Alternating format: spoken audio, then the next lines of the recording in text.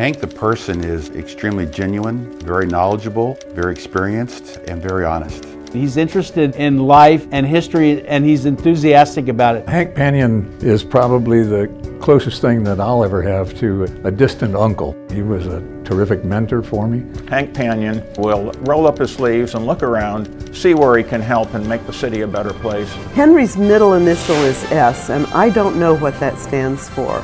It probably should stand for something like Superman. While I don't know that he can leap tall buildings in a single bound, he certainly can help make things right. Hank came to OCC in 1956. He taught U.S. history, California history. He was OCC's Faculty Member of the Year, which then and now is a great honor. It represents the feelings of both the faculty and the students about how good a person is and a leader. When the Segerstroms made a gift of the Estancia Park and the adobe to the city, the Historical Society was formed then to take care of the adobe and turn it into a museum. And Hank was one of the very first people to join in 1966. And a few years later he became president. It's nice to have him come and speak, like on home rule and how did Costa Mesa become an unincorporated territory into its own city. It's good to have someone like Hank being part of the stewardship process. There were essentially an irrigation district and 4 water districts. The idea of bringing all of those together to form, at that time, what was Mesa Consolidated Water District was supported throughout the community with the leadership of some of the folks in the community like Hank. And so began the effort to drill wells in and around the city of Costa Mesa. Mesa Water became 100% local and reliable.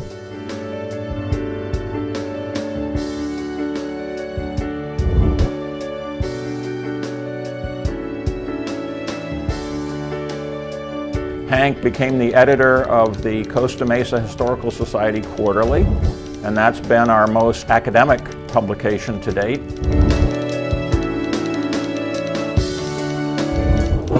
I admire Hank Panian for the work that he's done through his church, the Presbyterian Church of the Covenant. He's been one of their rocks in the ground.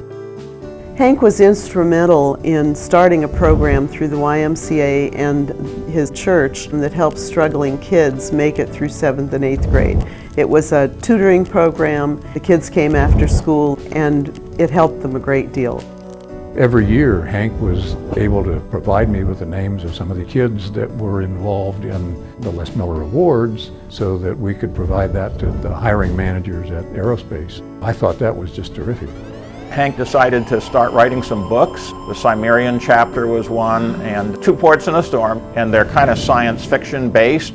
Underlying all that is a conservation theme and preserving this little piece of the planet for future generations. I would classify Hank as an elder statesman, and the city has really benefited from his input. He's the only person that served on both of the charter committees that looked at the possibility of a city charter. One of the really hard jobs that Hank had was as a visiting professor at the Hawaiian Community College system. And while he was there, he helped expand that system and improve it. In 1976, he was selected to represent the city and to lay a wreath in Paris on the grave of the Marquis de Lafayette.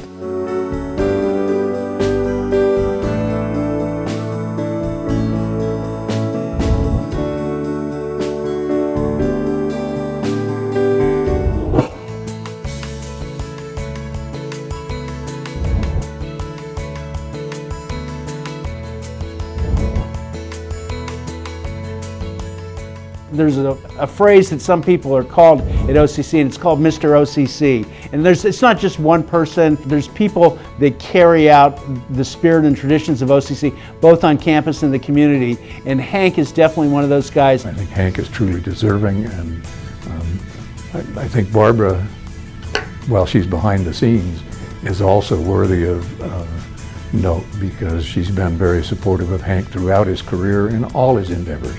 He chose and was able to give time, and that's one of the most precious gifts that anyone can give. And he chose to give his time and his skills back to the people of Costa Mesa in any way that he could, that he thought would be the most helpful. We have been blessed by Hank and Barbara but Hank has been solid, and it takes the Hank Panians to make a great city, and I am thankful for his involvement. If we didn't have a Hank Panian in Costa Mesa, I think we'd have to invent one. He's been a mainstay and really a rock for the community. And I'd just like to say, congratulations, Hank. You really deserve this award.